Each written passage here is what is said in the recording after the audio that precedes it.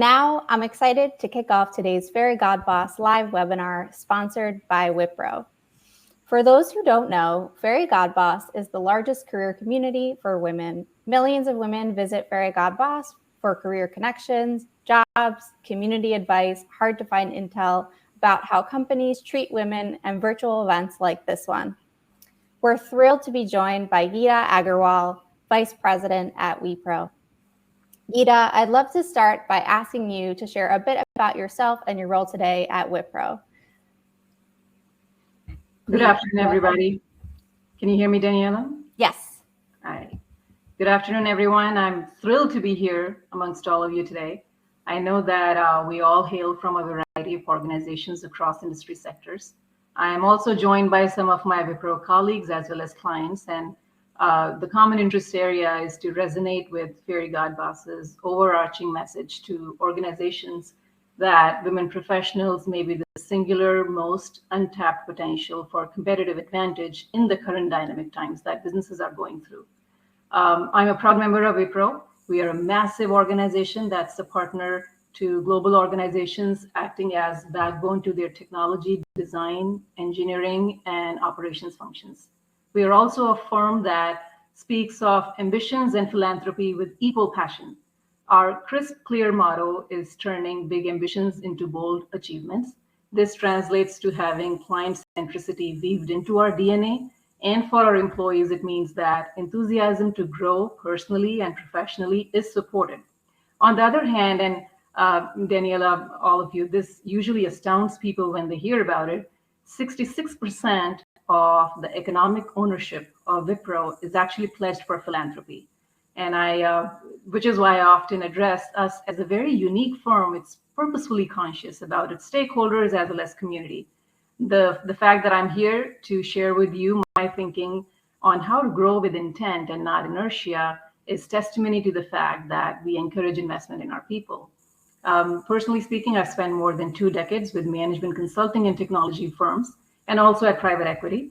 And at Wipro, I'm responsible for growth of a large and crucial business portfolio. Plus, I'm also an active member of our Charter for Inclusion, Diversity, and Philanthropy.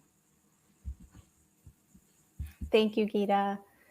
And thank you all for tuning in. I'm excited about today's discussion. For those that are just tuning in, I would like to remind you that we will be answering questions that come directly from all of you. So please submit your questions on the chat on the right side of your screen, and we'll do our best to respond to as many as we can throughout the webinar.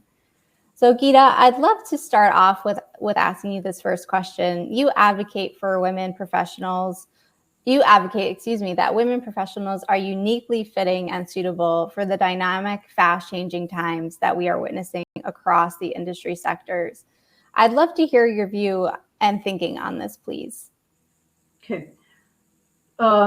So before I actually dig into the question that you asked, let me start by zooming into address the world we inhabit now as dynamic times per se, right? There are a variety of ways to explore this, but let me base it on a very simple example. Up until a few years ago, there were clearly defined industry sectors: insurance, retail, pharma, healthcare, you name it, right? Corresponding to these sectors, the businesses were slated in a linear fashion of operating. Leaving aside some mavericks, for the most part, the sectors stayed in their own swim lanes. Technology, however, dramatically switched that. Tech used to be a mere facilitator, then it became an enabler, and now it has the front seat of a driver. This made the notion of sectors started looking redundant almost, right?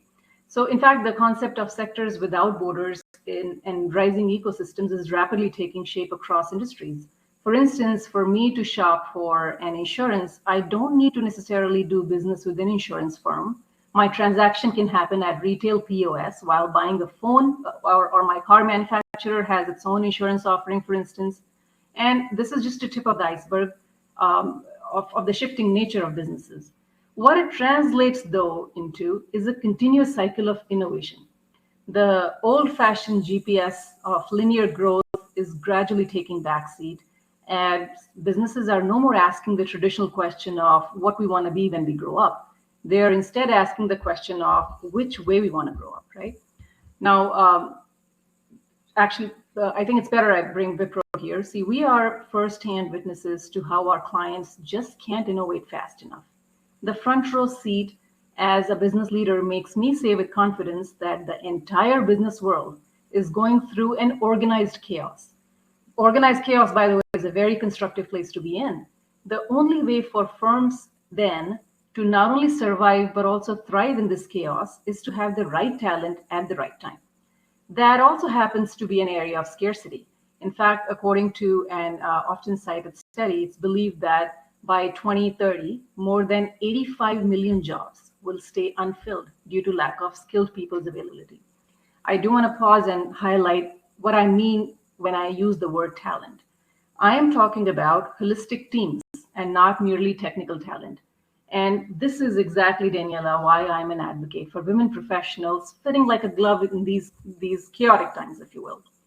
To start with, we as women professionals are fiercely competitive and yet have a distinct understanding of the science of collaboration. All through our dialogue, Daniela, you're going to be hearing the word science a whole lot because I believe in that. I've based a whole lot of my thinking on science. So that is first. The second part is that our finesse in general for attention to detail while keeping an eye on the big picture is unbeatable. Finally, education is very close to my heart, so I'll say it. The results in educational arena speak for themselves. Girls across the world do disproportionately better in our schools and colleges. Now, so that talks about the grit in general that we bring to bear. Now, conscious businesses, they appreciate this and they reward this grit that professional women are just hardwired with.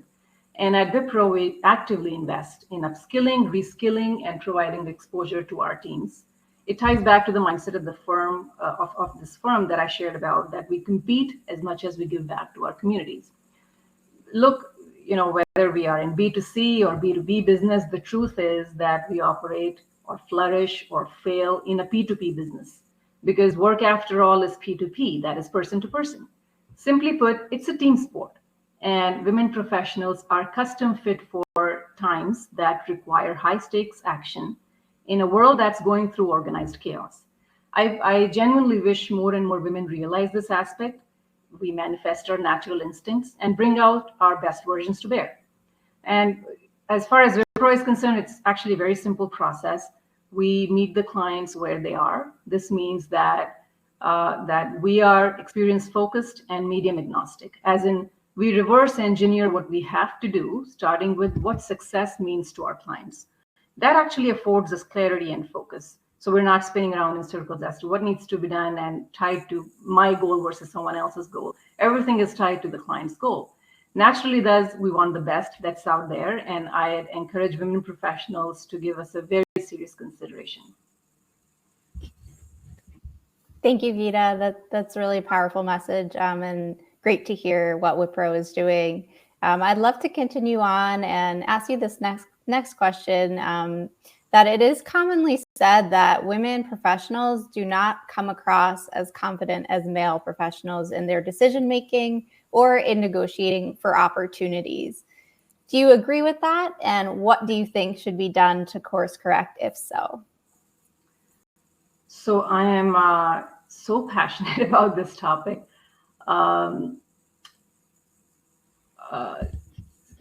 Just want to make sure you're talking about the confidence. Did you say confidence? Did you use the word confidence? Confidence, yeah. Okay. So, see, this topic comes up so often in various forums, and I am still not exactly sure where to start addressing it from. First off, I think this notion of lack of confidence is miles off base. I am so desperate to redefine this common thing, so to say. See, when I say that I am fully confident about what we need to do, I'm actually shutting down any possibility of my believing or actually even listening to other viewpoints. I'm as good as a closed person then. Minds, however, work best like parachutes when they're open. I think when many women leaders, including me, close out our discussions by asking if there are any other ideas, it's not because we're not confident. It's because we have the courage to say that we are open to find the best solution out there, even if it comes from another quarter, right? I fail to understand why confidence should come in way of what is the best way to operate. I think all professionals, irrespective of the gender, should be more courageous than confident. We will do the larger good that way. The second thing I must relay, Daniela, I lost you. Can you hear me? Geeta, we can hear you. Okay, you're back. Okay. I can hear you. I was trying to say that the one other thing which is sort of related to this question that I must say is that there's a systemic problem that we deal with world over. I personally believe that no individual should walk through life without knowing the science of communication. It starts from our schools. Communication has, by the way, very little to do with the use of mere verbal or oral words. In fact, science proves that words deliver only 7% of the message, singular 7% of the message. The perspective, the homework, the delivery through various channels all constitute communication. In fact, there is a common saying that the biggest illusion of communication is that it has happened. If I have to take a stand on anything, let's say we talk about we must go for XYZ business strategy, right? It's not enough to speak at my finest best and be called confident. I'd want to be able to communicate with a lot of conviction so others align with it. Plus, I would want it to be open that if there are better ideas than this, then everybody is open, starting with the leader if I am the one who's communicating. It's definitely an area where we should all do better in. Replacing confidence with courage and communication can genuinely solve so many problems. I think it's a misnomer. I think it's just been touted for far too long, and we should call the way it is. Thank you, Geeta. It's great to hear that redefinition of what confidence looks like and a way we can reframe our thinking around that. I'd love to next continue on and ask, how would you define your leadership style? Would love to hear a little bit about how you approach leadership. Okay. Sorry, I don't know why it keeps going. 1 second. Are you seeing my chat? I can hear you. So you don't see my chat, right? You keep coming and going, so I can't tell if you are. 1 second. I don't know if it's my issue. Sorry about that. Sorry. Let me go back if I missed that question. I'm going to take a step back about talking about growth via engagement. I apologize. I skipped that question, so let me backtrack there. That you talked a little bit about the growth via engagement and the concept of professional fulfillment through intent instead of inertia. And if you could please expand on the same there. Sorry for the confusion. That's fine. I just saw something in the chat. So yeah, so that's something that's a topic I'm very passionate about, because I think people decouple personal and professional growth, whereas I believe, and I've personally experienced, that being engaged in career should be a tremendously fulfilling means personally as well. Let me take a second to define growth so that at least we have the same parallels that we are working with here. So when I am using the word growth, I'm not really confining to a promotion or a salary hike or a new job or a coveted project, if you will. It can be a function of all of these, or really just growing as an individual. Look, the need to grow is a basic tenet of being a human being. That is a longing all living beings have. We really don't have to manifest it or devise it. It's how we are all wired. I suggest, however, that we don't grow by accident. We take greater charge in converting our chances of growth to choices of growth. And there is, frankly, there is no better time than now, especially for women professionals, to bet on yourself. Doing our slated work well is table stakes. So that's the first call of duty, and no prizes for guessing that we should be reliable professionals. Engaging beyond that, however, equates to being an active player of your ecosystem. And there are numerous ways to do that. I'll share some examples that fit like a glove for women professionals particularly. And the only reason I'm citing these examples is because one, I've seen that women bring a distinct flavor in such situations. And secondly, also, most of the time we don't actively engage there. So the first thing, Daniela, is acceptance and access. Now, we all want to be accepted and to have access to the resources that matter at our workplace. Conflicts of goals, interests, etc., often are showstoppers for achieving biggest teams. The magic of being a high performing team is so often marginalized due to these conflicts, right? And I often am quoted saying that in business, conflicts are inevitable, but combat is optional. And I cannot tell you how many times I've observed women professionals filling the unnamed role of avoiding combat and embracing progress. I don't know what name to give or what title to give to that role per se, but that is something where it's just it just comes naturally, right? And it's true. It doesn't matter which industry you're in, as long as there are few people working in a business construct, conflicts are inevitable. But the fact that combat is optional is a very deep introspection, because we could be more progress oriented should we avoid combat and look things together. So we must know as women professionals that we have this innate skill that we should try to put to constructive use, irrespective of your role or formal title. Um, that is a hidden trait that we have, and we don't really need a title. So bring that up, because that's fruitful for the larger good. The second thing, which I brought about earlier, is acquiring skills. See, I talked about the fast pace of changing skill set. Upskilling and reskilling should never take a backseat. And this is an investment in yourself, which has far-reaching benefits than just the next job, because skills grow our muscle. And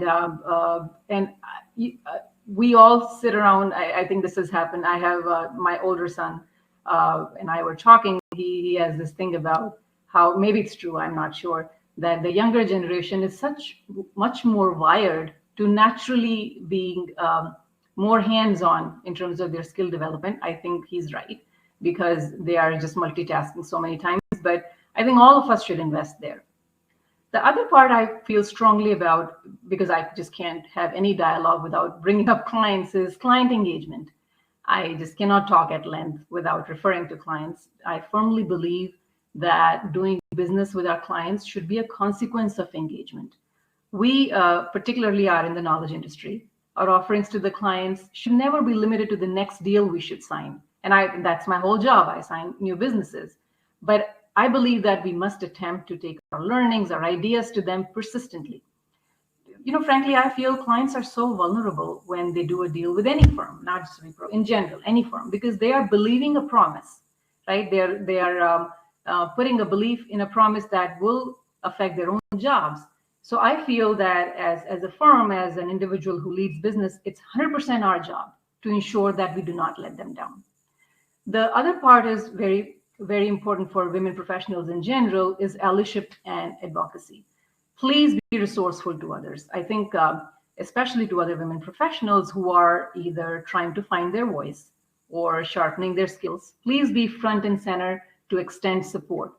I'll share one snippet here, Daniela, with you. I call it the Goldilocks syndrome that many of the women professionals have, in the sense that we would bring up topics or our ideas and feel, are we too loud or we are too mild? We are often sometimes lost in that permutation combination. So that often is a place where we must bring up, saying that as long as whatever your idea is towards togetherness, it's bringing up the larger goal, you're already a good comrade. Why would you want to be shy about that? So definitely advocacy for everyone is a great trait to have. We must exercise that muscle. The other one is science of mentorship. So this is a topic which I think everyone, including myself, so I have been insanely lucky to have come across mentors in my personal and professional spheres who have, I'm a direct recipient and product of a handful of those mentors who believed in me way before I believed in myself. I would highly suggest that you actively seek mentors and be a mentor.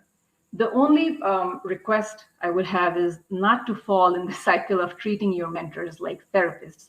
They can be the best guides if we do our homework well. Sometimes, because I have been extremely lucky, like I said, to get mentors who not only shared what I needed to do, but also guided me in terms of how to take advantage of their immense experience. But I've seen some others who it's not a crying shoulder, if you will. It's something you have to build further off. There is an incredible amount of time a mentor spends with you. One, give it back. Secondly, definitely circle back. The final one is I'm not, I'll just say it the way it is. It's a personal thing which gives me joy, and that is aligning with the firm that gives back. One of the quotes that has stood the test of time is that we make a living by what we get, we make a life by what we give. And it's as a family, we have found tremendous joy in volunteering. My older son is a volunteer firefighter and an Eagle Scout. My husband and I are busy professionals like all of you. We found very early on that volunteering is a great means to keep our own families sane and grounded. And at Wipro in particular, I'm just grateful to be able to engage further on the same lines. Wow. Thank you, Geeta, for sharing that. Really great to hear about giving back. That's really powerful. And also there were a lot of other great nuggets of wisdom in there. Someone called out your quote about upskilling and reskilling. We should never take a back seat, a quote by Geeta Agarwal. And that's such a great point. Others were chiming in that we're never done learning. So really, thank you for sharing that. I'd love to go back to our other question to learn a little bit more about how do you define your leadership style? So I have a little backstory. I was when I started in workplace, I don't know why, but I just felt I had the best and brightest ideas and things like that. And and some of them were right, and somewhere I was wrong. But I quickly found out that, and I mentioned this earlier as well, I found out that the magic of teams and what you can accomplish together is so much higher than any individual, whatever bright talent you can bring to bear. It would never surpass what a team can do together. So, Daniela, to tell you the truth, I have grown over the years, and I say that even if it's a small thing, I do not believe in mandates. I think I believe very strongly in movements. Movement doesn't have to be a truckload of people doing something together. Movement just means, even if it's three of us, it just means that we are believing in the same reason, and that's why we are committed. Movement is a very powerful notion.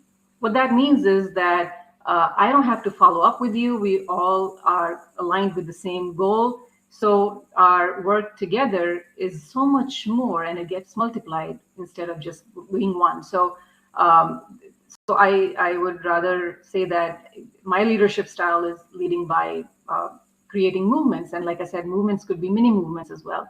I do want to mention one thing. Again, I'm going back to science here, but a lot of times when I say this, people feel that movement has to be for a very large purpose, and you have to really do a lot of rounds of meeting together to get everybody on the same page. There is a science, there's a law called the law of diffusion. And maybe some of you hailing from marketing would know about that. What that means is that anytime there is an idea that you want people to latch onto or accept as and then work towards, you don't have to get, let's say you're dealing with a 50-member team. Not everyone has to get on board with that together. This law of diffusion, what that means is you identify a set of people who align with that thinking, and then it multiplies gradually. The only reason I'm sharing this is that as leaders, we have, thousands of people under us. It's just not technically feasible to have that sort of confirmation and alignment with everybody. But do not give up. And mandates have a great place. Don't get me wrong. We have to have mandates because otherwise we'll all be running all over the place.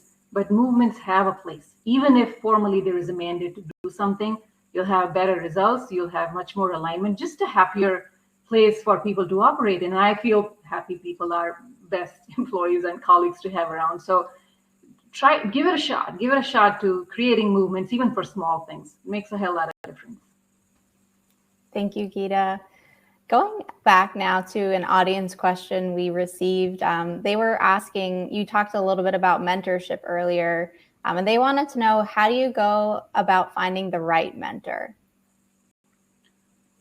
So, or how do you find a mentor to begin with, maybe if you don't have one?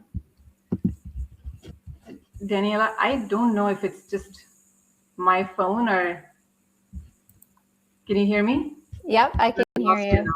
Again. Can you hear me? Okay. You can hear me? Oh, yeah, there you are. Okay. Yes. I see you and hear you. Was just asking about an audience member asked, Okay. How do you find the right mentor? So,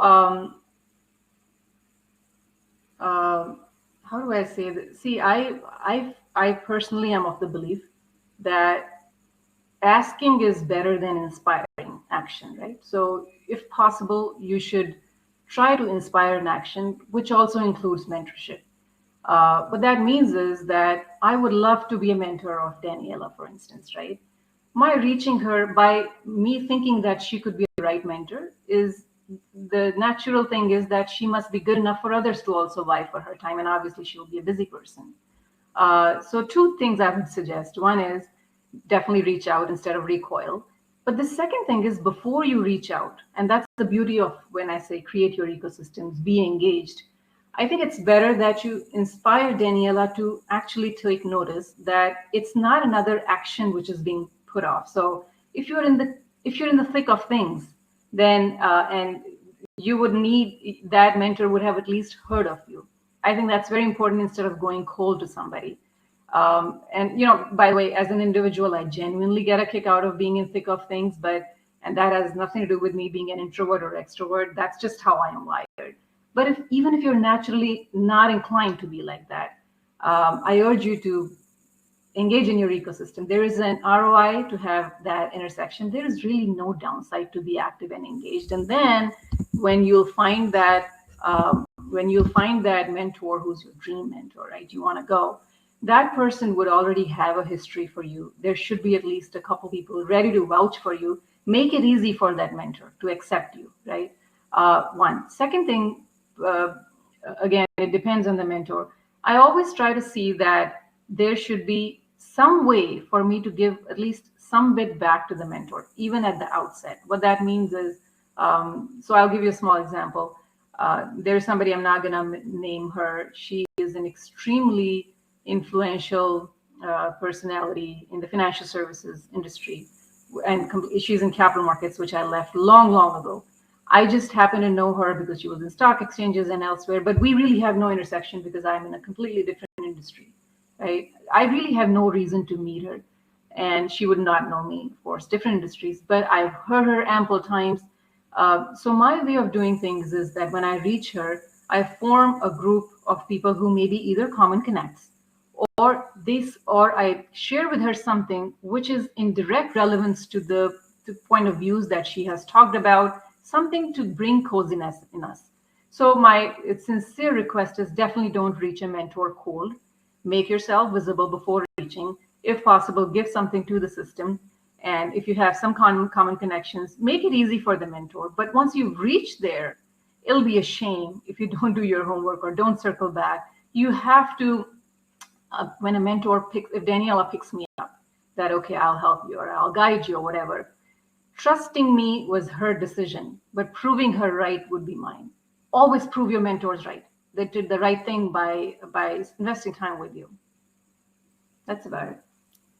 Thank you, Geeta. That's really great information for anyone that is looking for a mentor. So really valuable. I'd like to shift gears here and talk a little bit about work-life balance. And what are your views on work-life balance? How do you find work-life balance? And please. I'm going to say something which very different than usual. It's a blur to me. I don't know if, and please, I'm not normalizing. Everyone operates differently. This is nothing. I'm not saying the right way or wrong way. I just feel that this is really individualistic topic, so I'm not gonna deep in. This is not at all a guidance.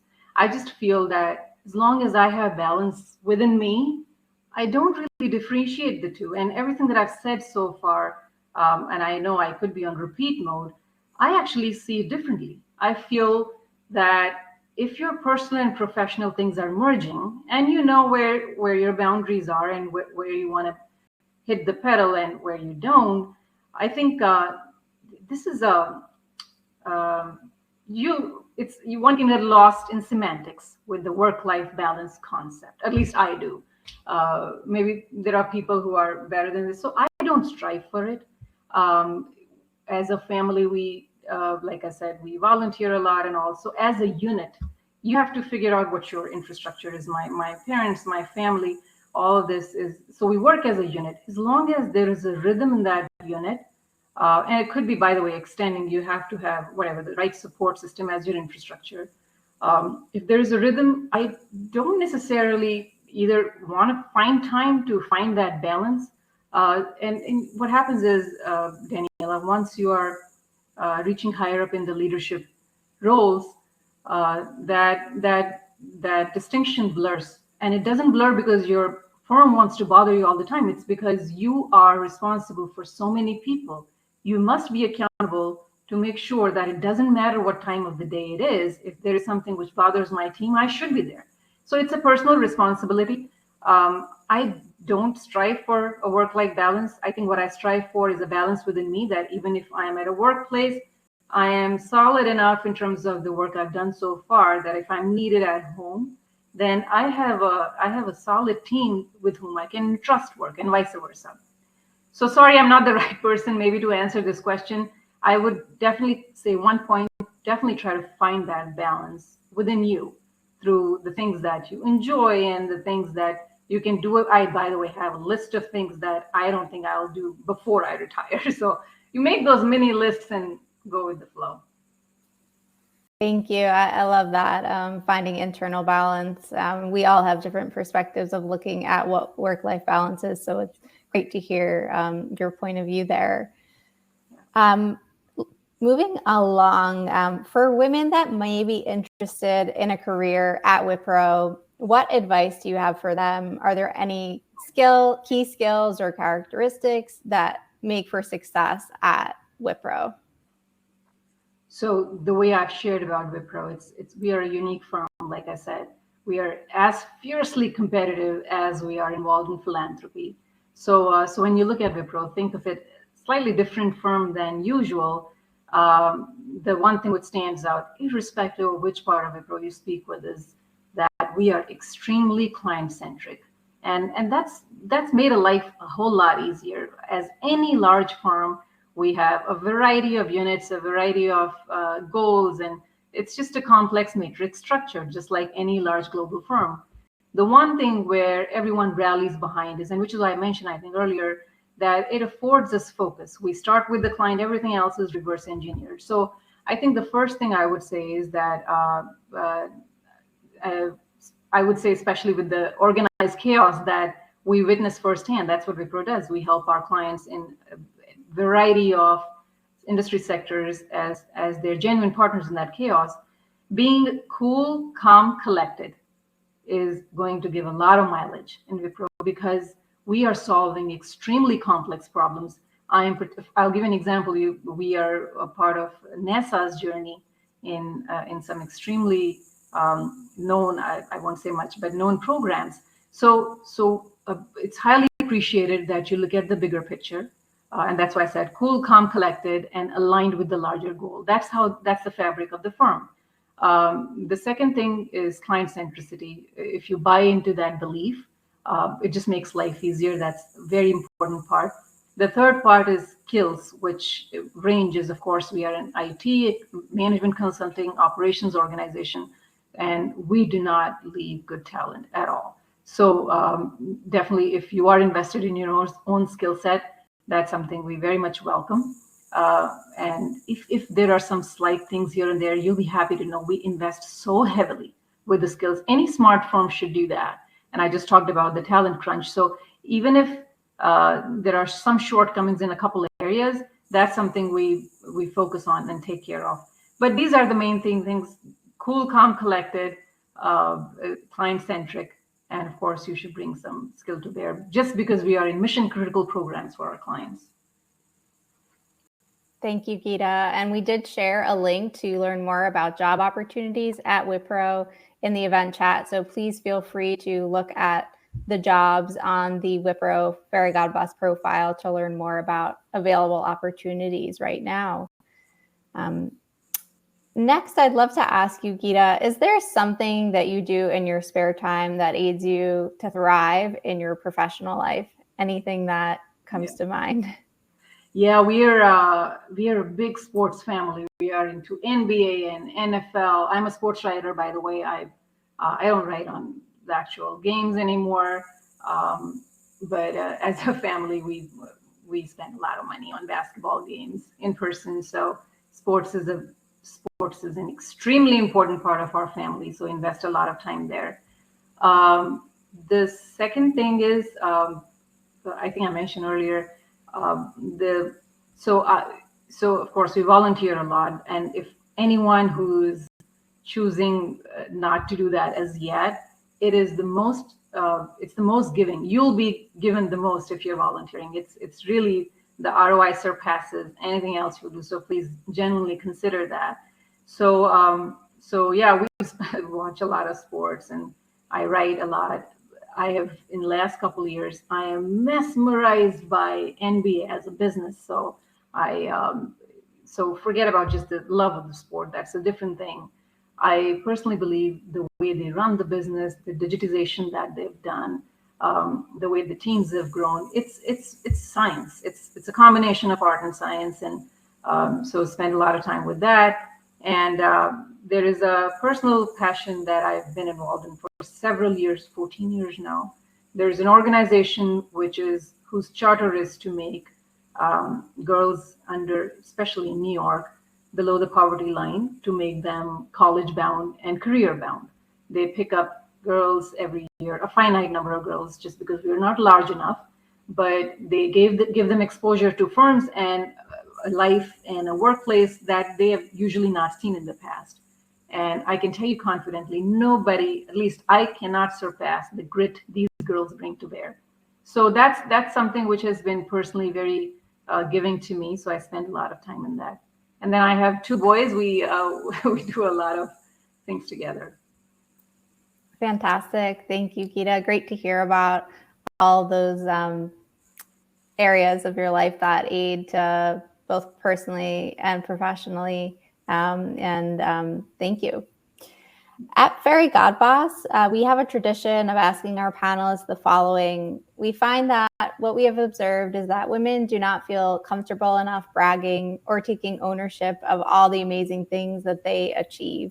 And we'd love if you can share an accomplishment with us, either personal or professional, that you are most proud of. Yeah.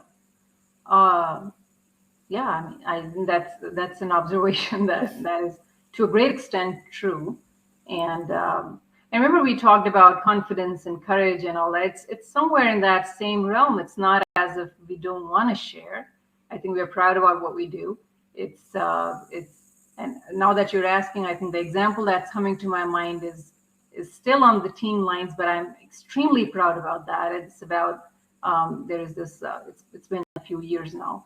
There was a global business where we had some. So what happens is, and everyone on this team can probably understand, we all want to be part of businesses which are rocking and which are the next gen technologies and which give us experience, which is so hard to get, obviously, right? But what happens sometimes is that there are things which are beyond your control. So this particular one always stays in my memory because I'm so grateful for the team.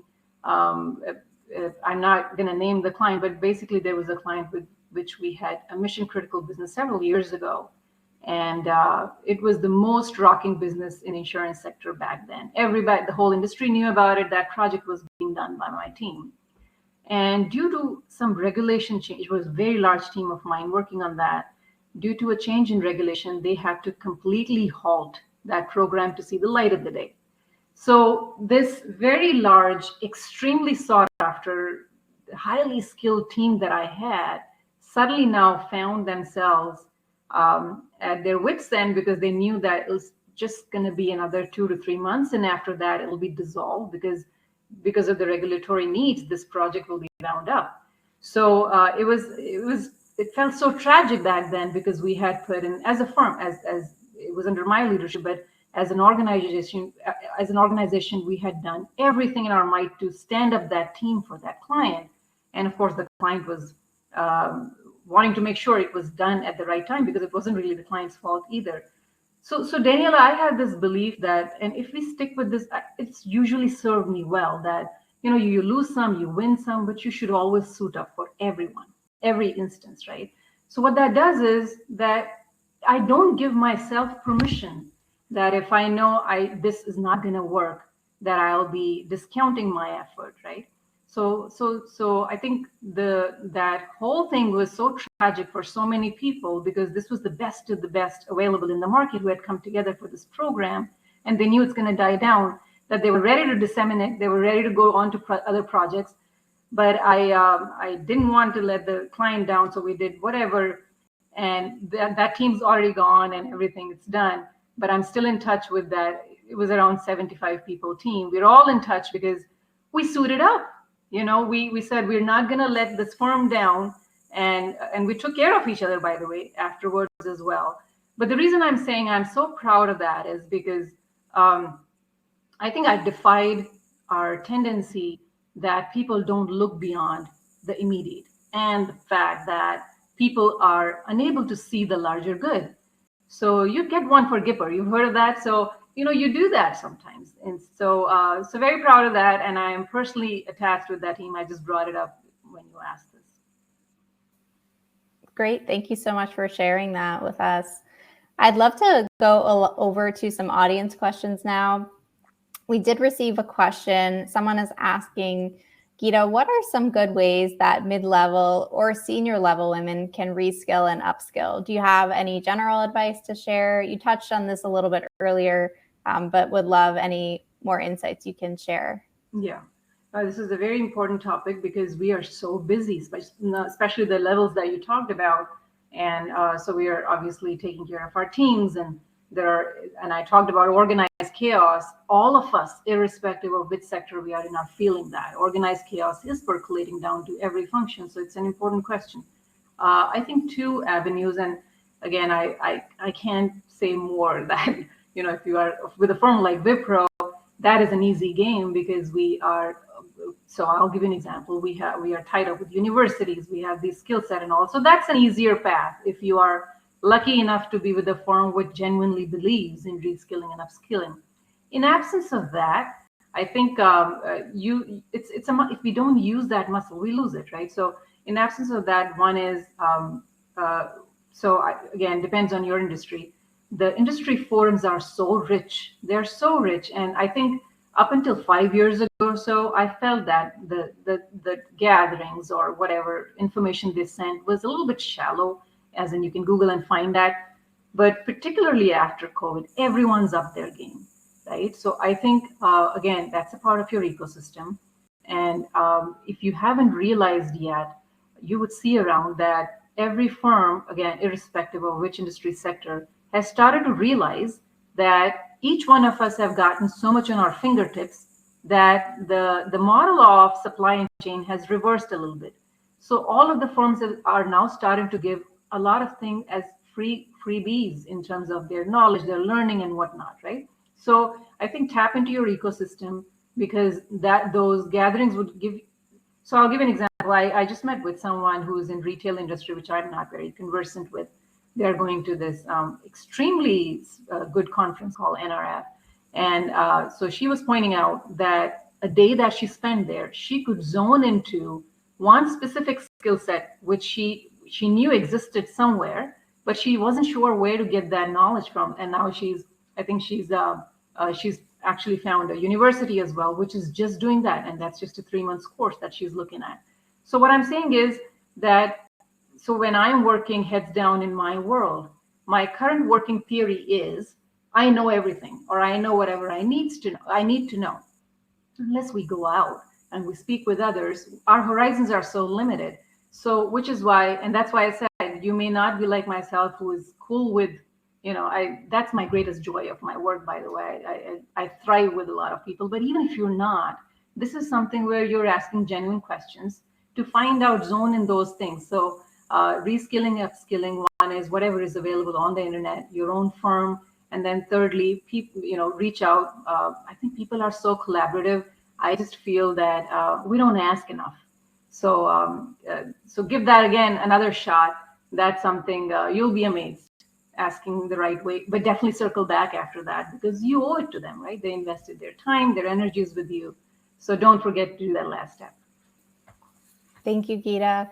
I have another question here for you. You did just mention a little bit about what is rewarding as part of your job, but is there something that you find to be the most rewarding part of your job that you could add or onto what you were just talking about? Yeah. I don't know. I just like people. So I think the thing is that, see, if you look at my construct, I have a variety of stakeholders, and um, so sometimes I think differently. So as like anybody else, nothing special about me. When you come across hardships, I have, just like all of us. Again, I'm not unique in that sense. You win sometimes, and other times you learn. One of the things that I learned early on is that um, two things are a myth. One is your passion, and the other is the joy that you get.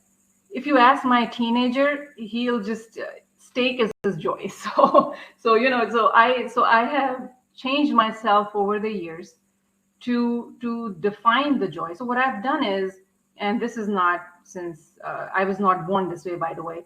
It's just that you have to understand the nature of my job is such that if I choose to not like people, or things, because I'm only working with people, different kind of people, it's very hard. So I have purposefully started looking at everything with a good intent. It doesn't matter what it is. And it's magic. It's magic because then you don't come with preconceived notions, and you do find joy in that. And that is the most rewarding thing. But I have to tell you that it's an acquired skill, if you will. You have to really work on that. So again, to answer, and if anyone's interested in frontline jobs, I think I personally feel everyone should go in their lifetime through that, just because you want to do the best for the clients, and the joy that you get out of that is immense. But I would also suggest that these two words, right, joy and passion, are tricky words because they bind you to a certain way of thinking, and so be a little bit free. So that's why I said mine's like parachutes, work best when they're open. So you craft your own purposeful, more impactful joys. Otherwise, it'll be like my teenager. He can't stop eating steak. That's his joy. Thank you, Geeta. That's really great. I'd love to move on to our lightning round next. And we'd love to ask you, what advice would you give your younger self? Oh, this one is tough. This one is tough because I'm still working on it. So whatever advice I wanted to give back then is still work in progress. So I have no claims to say that I've done a little bit better. So one of my things so I'm a very bad loser. I hate losing. More than loving to win, I hate losing. So I'm a sore loser. And what that sometimes could mean is that, so for those of you who are like me or my family, quite a lot into basketball, we would miss Kobe Bryant forever in our life, right? One of his things was so profound, which I've always quoted, but I'm not there yet. He used to say that failure doesn't exist. So the whole point is that when you fail, it's not really you as an individual who's failed. Your attempt at whatever you were trying to do failed. So it's really the attempt. So change the narrative. And that is something which is difficult for me. But especially when you're younger, both in personal and professional spheres, if you are like what I was, where I couldn't take failure, that just means endless days of wasting your time on something that you can do better, whereas you should just be learning and moving on. And I think it's, if you can, from more experienced people like me, it's an absolute waste of time. Please do not fret on failure. You give yourself whatever time. You give yourself permission for whatever, half an hour to fret about that and make all your life decisions are pathetic, all that sort of nonsense. But move on from failures, right? So I'm still working on it. The happy news to report is that it takes me a little lesser to get over failure, but at least I'm able to delineate and decouple the attempts from the loss. So that's my advice. And the problem, Daniela, in that is I think it's more with women. I think our greatest enemy lies between our own two ears. So failure to us feels like even bigger a thing. So if you can learn from me, please do. Bad idea. Thank you, Geeta, for sharing that. And thank you so much for joining us today and for sharing such fantastic advice. Thank you all to all that have tuned in to today's discussion. As a reminder, we will be sending out a recording of today's event along with resources to learn more about opportunities at Wipro. In the meantime, please be sure to check out Wipro's profile and jobs on Fairygodboss. And we'd love to hear your feedback to help us improve future events. So please head to the Typeform tab on the right side of your screen to share your thoughts in a 1-minute survey. Thanks again, everyone, and we will see you next time. Thank you, Daniela. Thanks, everybody.